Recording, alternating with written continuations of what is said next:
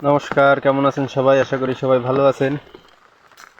তো আমাদের এদিকে বিশেষ করে বাগেরহাটে গতকালকে ভোর থেকেই গতকাল মধ্যরাত থেকেই প্রচুর বৃষ্টি শুরু হয়েছে, এখনও গুড়ি গুড়ি পড়তেছে আর কি।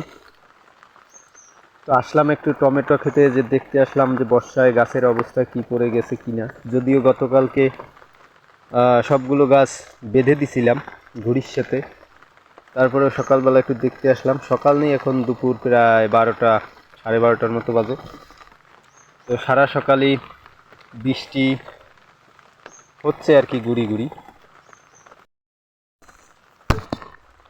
তো এই যে দেখতে পাচ্ছেন বৃষ্টি গুড়ি গুড়ি পড়তেছেই আর কি। আর এই হচ্ছে গাছের অবস্থা। গাছগুলো গতকালকে যেহেতু বেঁধে দিছিলাম, যার কারণে কোনো সমস্যা হয় নাই।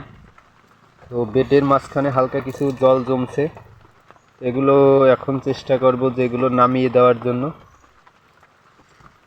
তো আপনাদের ক্ষেতের কি অবস্থা, আপনাদের এলাকার কি খবর, সবাই অবশ্যই কমেন্টে জানাবেন। তো সবাই ভালো থাকবেন, সুস্থ থাকবেন, ও আমার জন্য দোয়া ও আশীর্বাদ করবেন। ধন্যবাদ সবাইকে।